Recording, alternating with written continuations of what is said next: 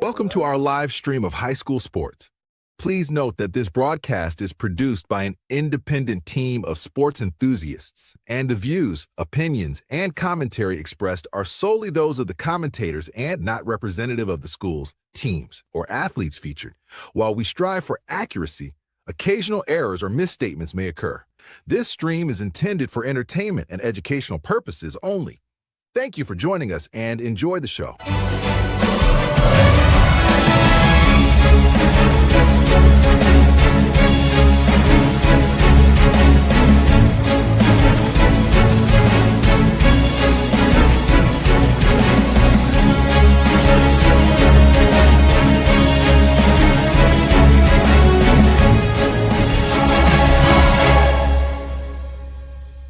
Yeah, come on, let's go. Hey, you ain't never seen nothing like this. Ain't no telling how it might get. It's the hypest right here. High school sports at its finest. So many highlights, you have to rewind it. Hey, Stream City, let me just remind you. The heart of a lion, a team full of fighters. So many stars on the field, it'll blind you. They're giving everything they got till the time's up. Yeah, legends in the making. History is made. We just getting started. You ain't seen a thing. YSN, gotta know the name. They gon' bring the flames. They gon' do their thing. Take it to another level, don't hold back. High school, got a passion and we show that. Got the drive and you know they got the heart. Number one spot for your high school sports. Let's go for the win. Hey. Welcome into the Joe Dickey Electric Scoreboard. I'm Mike Ackelson, along with Anthony Hartwig. Week 10 did not disappoint whatsoever. Pressure on some teams, had to get some things done. Pressure on teams that didn't quite get things done tonight. Would you say maybe a 10 out of 10? Oh, yeah, I'm going to give this one a 10 out of 10. And don't worry, we got the big guy coming in here pretty quick, Greg McAfee. This guy has just, I actually want him to give me the winning lottery numbers to tomorrow night because I'm sure he's got them somewhere. This dude, like, karma follows him, man. He is all good luck. Big game, Greg. And if you got a losing streak, you want him to call your game because it ends. Well, it's the curse breaker. Breaker strikes again. Yeah, absolutely, 100%. So that nickname is going to stick forever. Yeah. Now, let's head right to the scoreboard. Let's get a quick roll on that because we're going to talk playoffs. Playoffs? Yeah, we're going to talk playoffs here. Warren JFK, they actually played this afternoon. Lutheran East does not have lights, so that game started at 3 o'clock, I believe. they also don't have a win today. Yeah. Because JFK got it. Yeah, absolutely. 19-7. St. John shuts out Cardinal. How about this one? Perry all over Hawken, 55-10. And the stunner of the night that we'll be talking about shortly after we go through all the scores, Boardman in overtime rolls the dice. Whew. And it hits. They win 22-21. We go into South Range. They needed a win to get into the playoffs. Most likely. They still had a slight chance if they fell, but they didn't want to leave it in the hands of destiny. They win 32-31 over Hubbard. Also going for a go-ahead, too.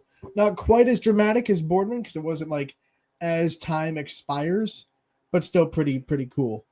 Pymatuning Valley, they get the win over Grand Valley 38-0. We have Girard all over Niles. Perfect. And 56-6. And then Columbiana Lisbon playing a very thrilling game, but Columbiana outscores the Blue Devils 52-35.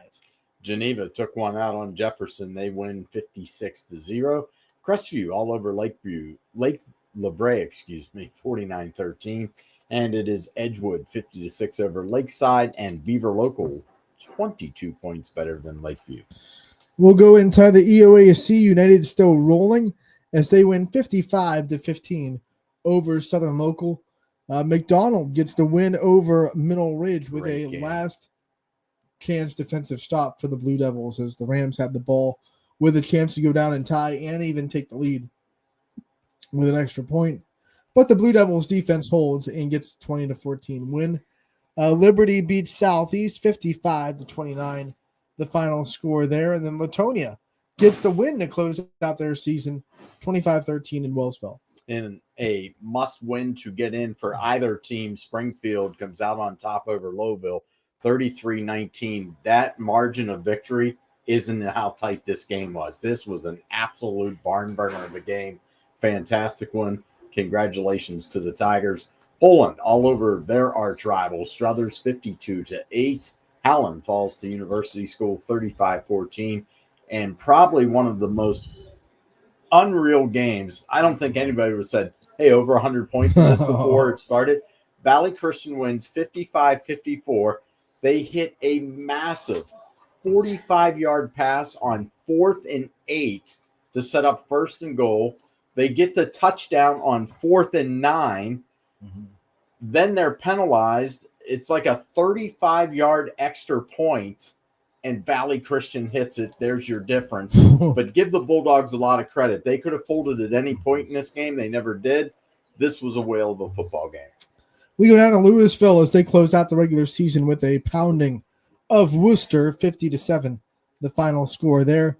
Western Reserve, they were a win-and-get-in team, and they took care of business against Jackson Milton, 33-0, the final score there.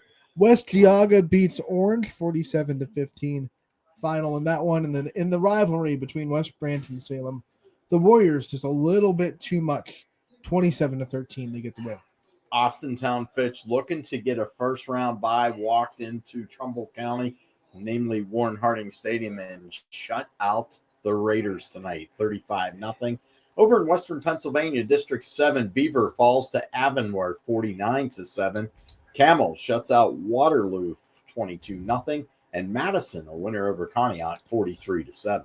We go to the MVAC gray tier as Garfield gets the win, 49-14 over Brookfield. Champion against Newton Falls playing a really good game, but the Flashes win by 3, 27-24, to get some positivity to close out the regular season. Mohawk gets the win over Riverside in PA, 35-24. And then East Liverpool, they fall to Oak Glen, 34-22. In another fantastic game, Archbishop Hoban over St. Ed's, 24-20. This was a fantastic football game. Congratulations to the Knights. And Fairport Harding, a winner over Wyndham, 42-6. So that's our first look at the scoreboard, and we have filled up. But we are going to big play Greg McAfee first.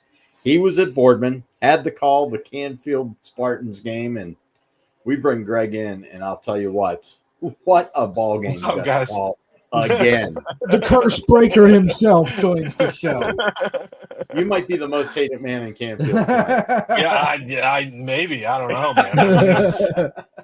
That game was going both ways. I mean, it really could have went either way. And I had the Poland Gerard game earlier this year when Gerard went for 2 to win that game, and it really, coming down to the final moment, it really had the same kind of feeling.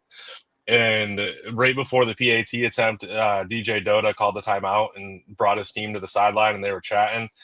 And I was like, he's going to give him the choice to go for 2 or not. And I talked to Vince Butto after the game, and I was like, what was the conversation in that huddle? And he was like, Coach Dota gave us the opportunity. He gave us the choice of whether we pick the PAT or we go for 2. And, we were riding high. We have all the confidence in our offense, and we wanted to go for 2. We wanted to go for the win. That's how we're built. That's how our season has gone. And it was funny because earlier in the game, Boardman didn't pass the ball a lot. I'm sure you guys, tuned in every once in a while, but they did not pass the ball a ton. They had one pass attempt in the first half, and then probably 5, maybe 6 in the second half. And they ran a similar play to that 2-point conversion earlier in the game, and Butto just missed Detmer with a high throw. And so I asked him, I was like, was that the same play? And he was like, yeah, that was the same play. Luckily, he came open this time, and we were able to convert it. So huge moment for the Spartans. I mean, ending Canfield's perfect season. They punched their ticket to the playoffs. I mean, it was pandemonium in Boardman. I mean, it was such a good game, back and forth affair. 2 great defenses, 2 great offenses. It was awesome. That's all the words I got for you. It was awesome. There's a lot in this game we want to talk about. I want to start with Boardman scoring first and setting the tone. Yeah. How important do you think that was for the Spartans to come out and make the first strike and get themselves a little bit of confidence with that first score? I mean, it was huge. I mean, their first offense, they scored on their second offensive drive. Their first offensive drive, they marched down the field into maybe the 30-yard line in Canfield territory, and they got stopped on like 4th and 2. And before that, they were controlling the clock. I mean, the first quarter went by in like the blink of an eye. It was crazy because there was just so much running game involved. And so they get the ball, they force a 3 and out, they get the ball back. They get down into Canfield's 30-yard line again, facing 4th and 9. Vince Butto hits CJ Rice on like an out route beyond the sticks and converts the first down, and they punch it in like 2 or 3 plays later. I mean, it was huge. I mean, to steal that type of momentum, I mean, I think they did it last week against Fitch. They just weren't able to, capitalize late, and Fitch kind of just ran away with it. This game had a completely different feel. Boardman was never out of the game. They were always within a stretch. One thing that led to their game-tying touchdown, Ryan Smith had a punt blocked. He blocked a punt on deep in Canfield territory. It set him up on Canfield's 37-yard line. And they worked their way down into within the 10-yard line, and Vince Butto finds Alex Battaglia in the back left corner of the end zone for like a 4-yard touchdown pass. I mean, it was crazy just how the offense kind of morphed from this run heavy offense to passing the ball late, and their 3 crucial passes were, their 3 crucial plays were passing plays, and it just goes to show just how much the run game opened up the pass game for them, and they converted when they needed to. Had to be one of the fastest games you saw all year, because like we're watching it, and all of a sudden it's like it's halftime, and the other games are barely into the second quarter. It just seemed like, I mean, it was crazy. I mean, like I think Canfield's. Let me get my notebook here real quick. Canfield's first offensive drive started with 5:05 left on the clock in the first quarter. So Boardman ate up 7 minutes in the first quarter on their first offensive drive, and the first quarter was over like that. It was crazy quick, really quick first half, and that's what as a reporter, as a broadcaster, you love to see those quick games. I will say that, but it delivered in all aspects. Well, and the other thing, you look at that though, that way they kept Canfield's offense on the sideline. Yeah, that is perfect game planning by Boardman. Exactly. I mean, you obviously have that first drive, and then you force a 3 and out from Canfield, and Canfield never really seemed to have a lot of momentum on offense until their first drive of the second half. Like their scoring drive in the first half, they were aided by an encroachment penalty on Boardman, and then a face mask on Boardman, and that put him down into like the 7-yard line, and Enzo Coca hit Landon Shina with a 6-yard pass right at the goal line. They punched it in a play later. So they never really had like a ton of momentum, and Boardman just kept Coca and the offense on the sideline the entire game, and they ate up the clock. Like I would love to see the time of possession of what it was, because Boardman probably dominated it. I'll tell you what, Greg, when Boardman scored the touchdown to tie up the game at the end of regulation, yeah, I thought they were going to go for it there. I thought they were just going to say, hey, we're not going to mess with overtime at all. Mm-hmm. Let's just go for the win. And when they didn't, and Enzo Coco scored on like the first play of overtime, I was sitting there like, well, see, you should have this. Talk about the resiliency to see that happen, to see Enzo Coco score like that, to come back, put together a drive, score a touchdown, and then say, you know what, not going to mess with the second overtime. Let's just go for 2 and win it. Yeah, I mean, the one thing I like about the overtime rules is that if you win the coin toss, you really get to see kind of what you have to do. You can go on defense, and you can see what you have to do. So as soon as Coca scored, they knew, Boardman knew what they had to do to win the game. They could, obviously score and kick the PAT, or they could score and go for 2 to win the game. And that, that's what I like about the overtime rule the most. But just the ability to go down, score right away. I mean, they had moved the ball all night long. So I don't think there was any doubt they could move the ball and punch it into the end zone. But just the resiliency, the decision to go for 2, the decision to win the game, especially with everything on the line. I mean, this was a team that needed a win to get in the playoffs. This was a team that had, obviously gone into 3 overtimes earlier in the year against Cheney and came out victorious. And I mean, obviously they've suffered some bigs up and downs this year. I mean, I was at Spartan Stadium week 1 when they lost to Twinsburg, and they blew I think it was like a 16, 17, 18 point lead or something like that. And so just the ability to have the confidence to go for two and run a play that they had missed on earlier in the game. I mean, just huge. I got to give all the credit to Boardman, all the credit to DJ Dota. Vince Butta is a baller. He's great under center for the Spartans. And that offense is just running on all cylinders right now. And I would hate to be a team facing them in the playoffs. This is going to be a great way for them. A lot of momentum to come in there. They know Yeah. they're going to play on the road, but still big win for them. And for Canfield, you can look at this honestly tonight and be like, we correct this, we take care of this, we'll be okay. And they get a week off to think about it. Yeah, and like I don't want to compare this year to their state championship run at all or anything like that. But when they lost, and I think it was 2022, when they lost to Cheney, their season completely changed. I mean, they came out like a different team in the second half of the season, and I would not be surprised if once they make those tweaks, once they make those fixes, if you see a completely different type of Canfield team in the playoffs this year. What are some things that you think they needed to, or they'll need to wake up on? I mean, like completely different Canfield team, but the Canfield team we've already seen pretty dang good. So what are some things that you saw tonight that are like danger, Will Robinson, we need to fix this if we want to make a deep playoff run? I mean, I think it's just, what it comes down to is just being able to stop the run. I mean, Boardman was able to move the sticks all night long. And obviously in that wing tee offense, sometimes it can be difficult. But Boardman they run similar plays all night long, just kind of different variations. And so it's just stopping the run, coming up in big situations. There was, 2 or 3 big fourth down conversions, third down conversions that Canfield gave up defensively. And then, the offense, it's just finding a rhythm.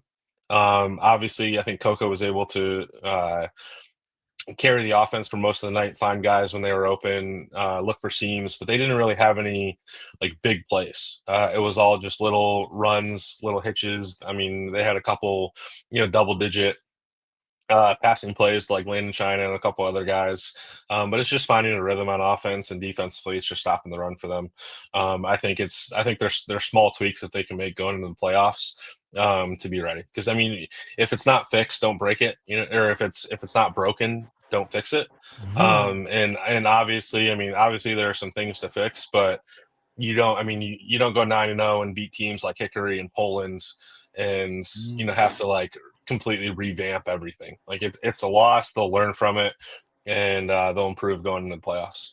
I like the first one better. If it's not fixed, don't break it more. There you go. Thank you, sir. We appreciate it, man. Where are you at next week? We know it's going to be a barn burner. I don't know if I'm going to call a game next week. I might just be going out on the sidelines and shooting highlights from the sidelines and photos and stuff like that. So I'll be somewhere. I'll find a game wherever I am. I'll pick one once the brackets get released. The high seeds are saying no, stay away. I'm sure Son wants me to go wherever Gerard is. Exactly. He wanted you in Niles, is what it wanted. Mac, thanks for the time. We'll see you again on Monday for another Overreaction Monday. No problem, guys. I'll have my takes ready to go. See you later. Right. See ya. Greg McAfee, great. Buddy. He had a great call in that game. The game was awesome.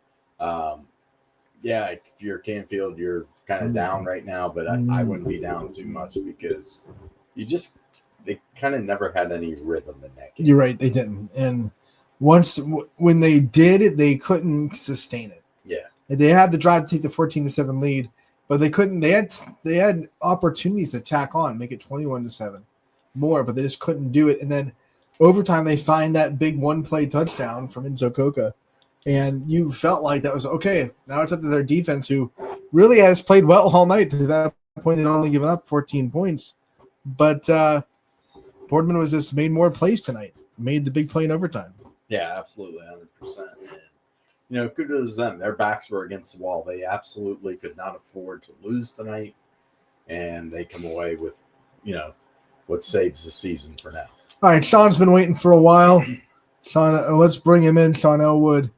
Buddy, I'm sorry, Greg McAfee was not in Niles. We couldn't make some happen. Yeah, unfortunately. It was We've been talking all season about how good Girard is and how they came out of nowhere and nobody had seen it coming. And I got to see them for the first time, and they're fun to watch. Girard's offense is insane. And, it may be against my Dragons. I'll always hold them in my heart. But this was a game from the start that we knew, Girard wasn't going to look past Niles, no matter what the records say, no matter anything. It's a rivalry game. Girard wanted to lock up that top seed. They wanted to get that undefeated season and continue that push, potentially, as they try to look further down the road in the playoffs, hoping potentially for a run in state this year. We'll see what happens. Well, I think the big thing, you look at Girard, they handled everything that was ever thrown at them in the regular season this year. A lot of people, when they looked at them and said, they're not going to beat Poland. They beat Poland. They're not going to beat South Range. They beat South Range. Why'd you point to me for that? You might have been the guy that gave me that quote that they were not going to beat South Range. And I remember last week when we talked, would they have a letdown against Hubbard? And early on, Hubbard punched them. They did. And they answered it. And so far, 10 times they've answered the bell. Now, the nice thing is next week, Sean, they get a break. So if there's any bumps, bruises, they get to heal up. I'm not a big fan of having buys in the playoffs because I think you can get real stagnant fast. Just ask Peyton Manning. Happened to him several times when the Colts were very dominant. But this could be a good thing. Oh, yeah. Because Coach Pearson will be able to have a nice week of practice with him. Oh, yeah. And I feel like despite the bye, you can't lose focus at all because as we talked about last week, this is a region of the Ohio playoffs that is not going to stop. There's a lot of really good, tough teams out of this region, and it's going to be a squirrel. They're all just going to be, it's really hard to predict which team is going to come out of there. And I think Girard really, like they've done all year, has to be prepared for anything. They can't look back. They have to be watching next week. And I know Coach Pearson is going to be watching next week and trying to game plan ahead of time because you can't sleep on any of the teams in this region. As we talked before, you have Girard, Mooney, Poland, and Garfield, who I believe should be the top 4 in that region. Liberty sitting there at the 6th spot, and you had South Range and Pymatuning Valley, 2 teams that needed a win this week to clinch. A lot of YSN schools coming out of their region, so we're going to have a lot of content moving forward too. Let's go. We could potentially have a Liberty South Range first round game. Could. Oh, can I go to that, please? Oh, that's going to be a fun one.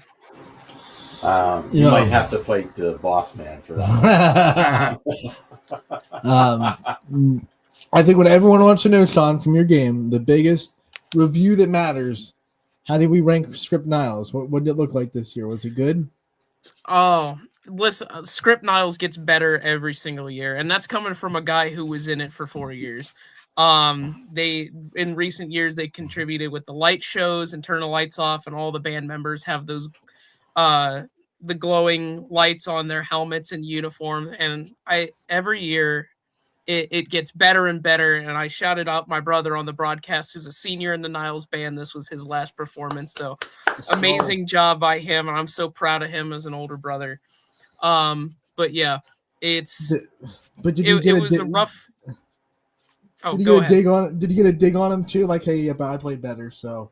I wasn't gonna do that to him. Don't worry.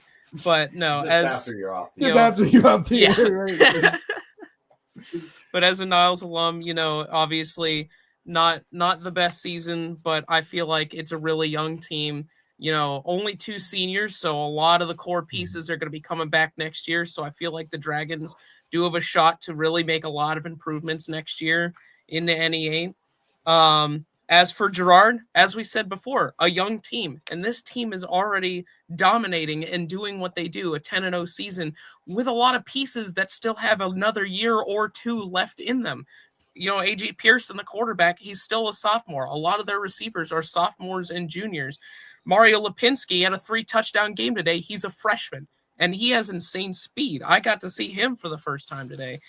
I feel like this is going to be Gerard's conference to lose going here on out. And I know in recent memory, it's been South Range's conference to lose. And I feel like we're seeing a shift in the tides here. The turn of the tides and maybe a new dynasty on the horizon for Gerard. We'll see. Sean, thanks for the time, buddy. We appreciate it as always. Great call. And we'll see you again next week for playoff time. All right. Thank you so much. Take care, guys. All right. You all right? I'm good. Gerard was just taking my breath away a little bit. That Script Niles thing got you going. I was excited. Okay. Script Niles, it can get real wild. So, All right, we'll go to Michael Mannion, who had the call in Middle Ridge for that big matchup in the MVAC Scarlet tier. If my mouse will click on him. There he is. well, hey, Mike, you had one great game to call out there tonight. It was a fantastic game. I mean, they traded almost identical drives. They traded turnovers. They traded turnover on downs, and then they started trading big plays in the fourth quarter. It was the definition of two small towns in a rivalry game. It was great. It's a great game. Both Obviously, teams are very ready for the playoffs, in my opinion.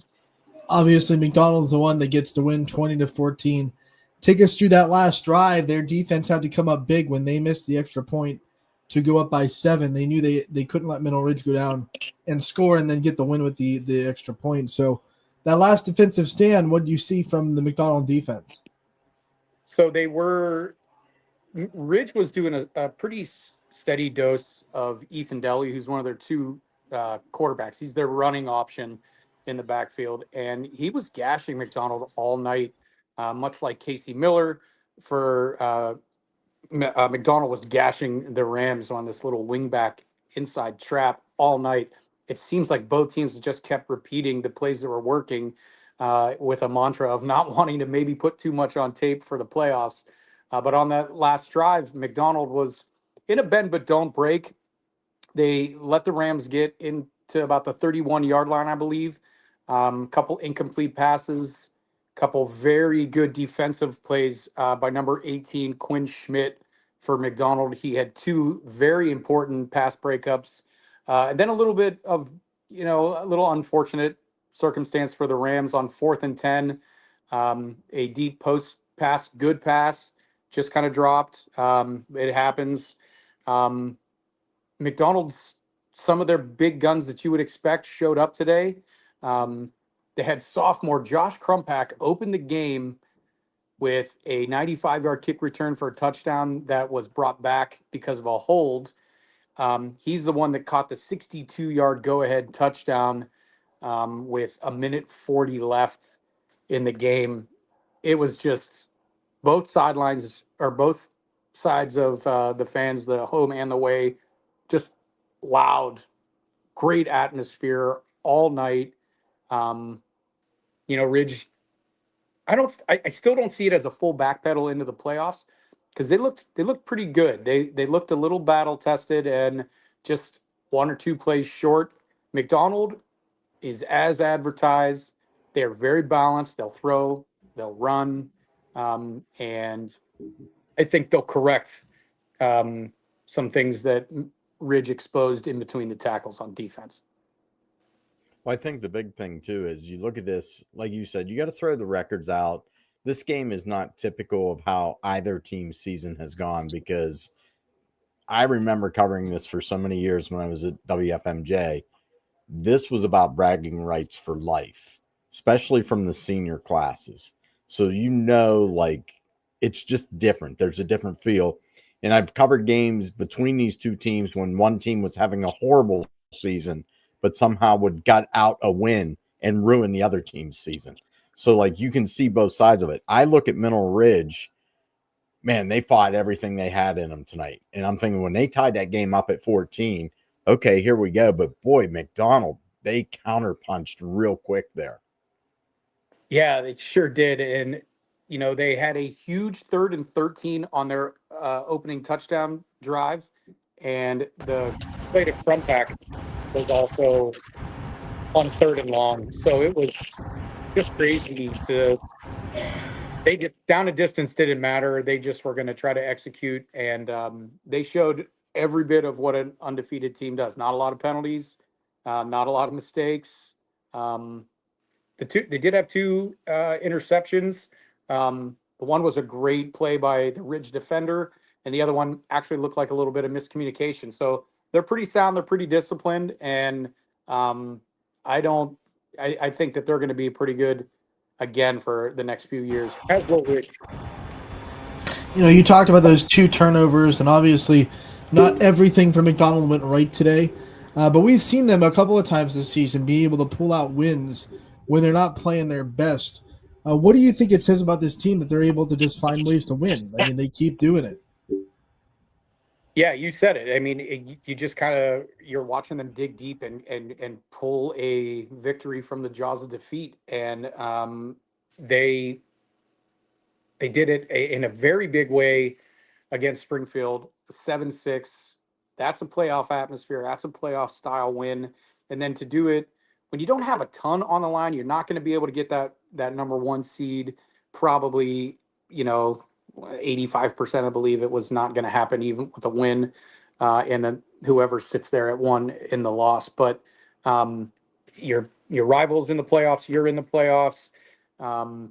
They found a way again, and Middle Ridge is they looked good in a loss. I'm not one for moral victories all that much. This is the best they've looked in their 3 losses, I'll say. And for McDonald, you finally go up against a team that has some big numbers as far as bodies.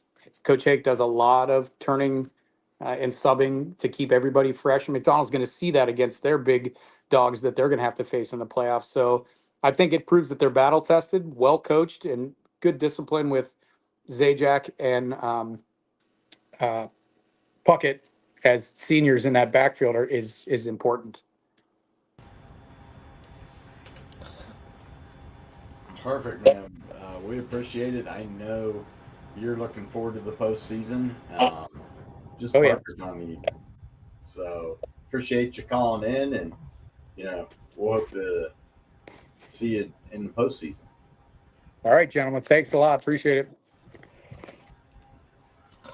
Wow. Got a tidbit to add here, and kudos out to United coach DJ Ogilvy. Yes. Picked up his 100th win there at the school. So that's an accomplishment. That shows you've put together a pretty good run. And don't forget, he wears 2 hats. He's the head football coach. He's also the athletic director. So actually, he's juggling 3. A lot. He's wearing 3. What? Yeah, he's just a good guy. Okay, there you go. He's got the good guy hat, too. He's got the good guy hat. So, I'm sure when the time requires it, he can put on the bad guy hat, too, right? You just reverse that. Not afraid to be a bad guy. You just flip that around. Flip that and backwards. be the hard-nosed guy that you got to be. He doesn't like to do that, though. I mean, that's just his style. It's interesting. I love the way Week 10 broke down. Some great games. Great games. Yeah, we've had some great call-ins tonight. Mike was awesome on his because, again, that was not your typical win, get in. This was a rivalry game, but it also had conference implications on the line. It had everything that you could want in a football game. And for McDonald, they know they're going to be sitting at home next week. And obviously, we'd love to just go into what all these implications are playoff-wise, but Joe Itel still trying to configure everything. There's a lot of calculations being run. That's not up to date yet. It's there. But. So we can just talk about this, like the ones that we know. Yeah. Maybe like, hey, we understand that this is probably what's going to happen, or this has a good chance of happening. For obviously, we know South Range with a win locked in their playoff spot. Let's start it easy. We'll start in D2. Yeah. We'll start in D2. Fitch appears to have wrapped up a spot. Should get a bye. Took care of business. They will finish the regular season at 8-1. And they haven't lost since week 1. Right. So think about the way their season's gone. So Fitch definitely took care of business. Boardman was 13th coming into tonight. Now, according to Joe Itel, with a win, they could get as high as 8. or they could still be out. It all depended what happened in front of them. And they're looking at that. Also, they're looking for those second level, Yeah, the teams that they beat getting a win. but they're going to get a ton of points from Canfield tonight. Oh, yeah. You know, so they're going to get some nice secondary points from Canfield. And we'll talk about it more when we get to the division, but their win also helps Yes. Mooney out a lot because Mooney was idle this week. So to get them into that one spot, or to keep it, I should say, they needed the teams that they beat to get wins. And Boardman winning is really big for Cardinal Mooney to try to keep that one spot in Division 5. So in Division 2, it appears Fitch for sure, Mm-hmm. Boardman most likely. Most likely. So if you go Division 3 now, Canfield was number 1 coming in. They're probably going to be number 2, Right. Because I'm going to imagine CVCA probably got a win. They did get a win. And the good thing for Canfield, though, is they can't drop lower than 2. Yeah. So they are locked in at 1 or 2, probably 2. And if you look at the rest of that, that is the only YSN school. Youngstown East was still mathematically alive. They play tomorrow. They play tomorrow against Cheney. So it'll depend what happened in front of them. Did Benedictine win? Did Akron East win? Gilmore Academy. Mm-hmm. You have to look at what they did. If they all won, East doesn't get in. Yeah. But if one of them lost, East will now have to beat Cheney in order to proceed. And that's not going to be a knock them down, just whatever kind of game. Cheney's going to give them everything that they got. Trust me, last season of 2 schools in the city, Yeah. Cheney's going to want to end their season ruining East. East is going to want to end their saying, well, we got the last city series win. This is ours. Yeah, so they're going to want to take that. Now, if we flip up to Division 4, and you look at 4, West Branch, 9-1. They have already clinched a top 8 heading into tonight. I would say they're probably going to be sitting at home next week.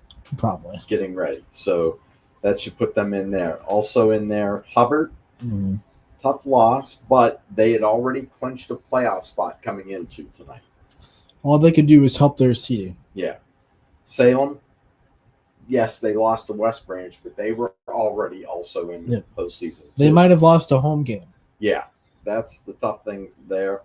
And then that's pretty much it. So you're looking at West Branch, Hubbard, Salem. Well, Edgewood controlled their own destiny. I believe they took care of business tonight. Oh, yeah, they pounded Lakeside. So we have them getting. And that's a bigger school, so that'll get them a division bonus, too. That'll get them. They may actually leap up ahead of Salem. So, and possibly Hubbard. It'll be close. But that's your schools you're looking out of at Division 4. Now, Division 5 is where it gets interesting. Take a deep breath and get ready. Here we go. We'll rattle this one off. Also, we in D2, Mike Schweinhardt texted us, Louisville should also clinch a playoff spot. My bad. Yes, Louisville. All right. So now we start. And Geneva clinches playoff spot in D3. Okay. Edgewood, Salem, Hubbard, West Branch, and Perry are all in D4. Okay. So we have the Pirates who came in as the 2. They won today, so they should probably stay at 2, I would imagine. Obviously in Division 5, Mooney, Girard, Poland, Garfield, Liberty, South Range, Pymatuning Valley all look like they're in. Beaver Local, by the way, in Division 4 on the bubble. They won, they helped themselves out, but they still need a little bit of help. Yeah. Now, if you flip back to D5, Cortland, Lakeview falls to Beaver Local tonight, pretty much eliminates them. So, but D5 is interesting. Like it literally, like when we were talking earlier, it's possible South Range could play Liberty next week. Possible. I mean, it is possible. I mean, South Range winning and still only being 11 would be the way that would happen. Or either that or well, it's all going to depend what happened in front of them too. Right. You have to look at that because even with their win, now it says they could get as high as 5. Mm-hmm. Well, if that gets them to 5, it gets them a home game. Right, and they're just hoping top 8. Really, they want to be like 7. Yeah, and then you look at that. You never want to take the first round for granted, but if you're 7, you're the way it's lined up now. Obviously, this isn't official, you're probably playing Girard in week 12. Yeah. Because 2 would play the winner of 7 versus 10. If you're 6, that bumps you up to playing Poland in week 12. And if you're 8, that would mean you would play Mooney in week 12. Which they played all those teams once this season. Yeah. They don't reseed, correct? I don't think so. I think it's a straight up 1 through 4 gets to bye. Set. 1 would play the winner of 9-8. 2 would play the winner of 7-10. 3 would play the winner of 6-11. And 4 would play the winner of 5-12. That way, if numbers went out, it would be 1 versus 9, 2 versus 7, 3 versus 6, 4 versus 5. Yeah. So it'll be interesting. And where we really load up on YSN schools is when we hit 5, 6, and 7. Oh, yeah. Like we hit those divisions. We just talked about 5. Well, now let's go to 6. So in 6, Crestview will probably be the second seed. I think they clinched 2 before tonight even started. So I think they are definitely 2. Yeah. And then you have United, who took care of business. Mm-hmm. They should be 3. Mm-hmm. You can add Mineral Ridge in that mix. They may fall a little bit because Springfield won. Mm-hmm. They're in. They controlled their own destiny. Yep. Columbiana. They won. They won. They may need some help, though, still to get in. Because it's going to depend, what Black River do, what Rootstown do. Brookfield falls tonight, so we know they're out. They're out. LeBray, they lost. They're going to be out. So you look at that, all of a sudden you got 1, 2, 3, 4, potentially 5 teams in Division 6. Mm-hmm. And the problem is it's the team that's sitting at 1. Oh, Kirtland had the 1 seed clinched in week 8. Yeah. That tells you what kind of schedule they've been playing all year, which they should. They're pretty much a state championship waiting to happen every time they play. So, big win against Perry. Right. Remember that one. But they've beaten some bigger schools along the way, and just that team is poised to just make noise. Poised to make noise. Yeah. Hornets always buzz, but you got to play them no matter what. Isn't that Marion So, in there? Yeah. So, they haven't done much. That's a 72-game win streak, which is the longest in the nation. Barely got by today, though. yeah, wasn't it 7-6? They won 7-6 against Coldwater. I know that's not necessarily and YSN territory. Their only touchdown was a kickoff return for a touchdown. So about that. We almost saw Marion Local have their first loss in does that tell you long how, time. Does that tell you how good Coldwater is? Yeah. That lets Look, me know. we know how good the MAC is. Yeah. Everyone in that division is ridiculous. So, down D7. McDonald should be the second seed. Yep. Perfect season. East Palestine, they're probably going to fall, but probably should still get a home game, I would think. Yep. They're going to finish 7-3. JFK, they go 5-5. They won. They're in. Yeah. So they're in. Lisbon, they control their own destiny. But they lost. They lost. So now, according to them, with a loss, they could be 8th or out. It all depends what happens around them. And the same goes for Lowville. With a loss, they could be 10 or out. Right. So potentially these 2 schools could still get in, but it's not going to be an easy rest until that state pairings officially are That's announced. True. How that works. And Western Reserve took care of business. So with a win, they should be in. They should be in. But again, this is where these secondary points come flying through, and we'll see what happens there. Because what was really odd tonight, Southern Local entered tonight 2-7. They were still mathematically alive. Yeah, because of who they were playing. They were playing United, and if they would have beaten United, who had a lot of points, they would have gotten enough points to push themselves in. Yeah. And the funny thing was, with a win, they could have got as high as 10th, but it may not have put them in. Could you imagine a 3-7 team in the playoffs? Not now. Whew. 2 years ago, yeah, absolutely, 100%. We ride that out, but It almost happened. It could have happened. yeah, you look at everything that's going to break down, and a lot of it will become official. This is all these teams appear Right. to be where they should. This is conjecture, guys. This is just us conjecting what we Two believe will happen. wackos that they gave a microphone for some reason. Talking about playoff. I've had one for a long time. I know. And I'm glad you joined me. They never took it away. They haven't taken it away from me yet. So we must be doing something right. We're okay. We're okay. DJ hasn't come in and told us to shut up and sign. Get off out. yet. Get out. We're done. You two are done. Man, but that's it. Yeah. We're done for another season, buddy. Yeah, I can't believe how fast it flew. I apologize. I missed a few weeks this year. You had some obligations. I did, and then I had one that really turned sour for me. My love for my Nittany Lions. Like you said earlier, it's not that happy in Happy Valley right now. It is unhappy valley. But the hockey team's good. So I saw you pull up a highlight right before we sat down for the I Scoreboard did. show. So I did. I am a big hockey fan. So we got that all going. Let's run through the scoreboard. let's bring it up. And we'll give you the scores one more time here on the Joe Dickey Electric Scoreboard, final edition for 2025. Now, when we're gone and we're in playoffs, you can still find all these scores at ysnlive.com/scores, the live updated scoreboard, brought to you by Burnett Pools, Spas, and Hot Tubs. You want me to start it off? Absolutely. All right, we go with earlier in the day, played at 3 o'clock. JFK gets to win 19-7 over Lutheran East. St. John all over Cardinal, 49-0. Perry gets the win over Hawken, 55-16.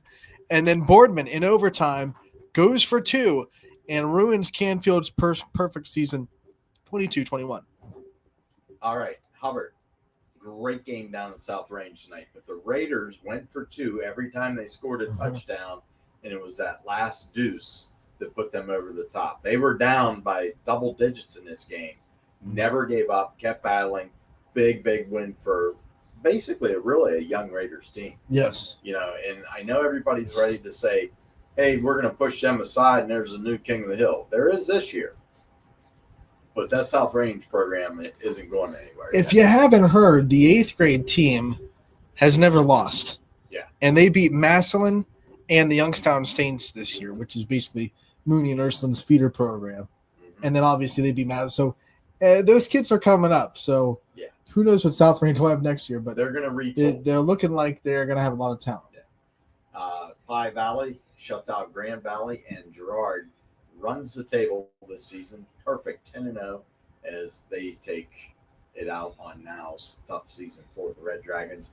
And what was a great game early between Columbiana and Lisbon ended up with the Clippers coming away with the final at 52-35. Those last 2 offensive outputs by Columbiana in back-to-back weeks. Yeah. Woo! I don't know if I want to play them in the playoffs right now. The way they're clicking, Geneva's clicking. They take it all over Jefferson, 56-0. Crestview ends their season as MVAC Grade Tier champions outright and undefeated in the conference as they beat LeBray. Edgewood all over Lakeside. Final score there, 50-6. And then, as we said earlier, Beaver Local got the win over Lakeview with the final score, 42-20.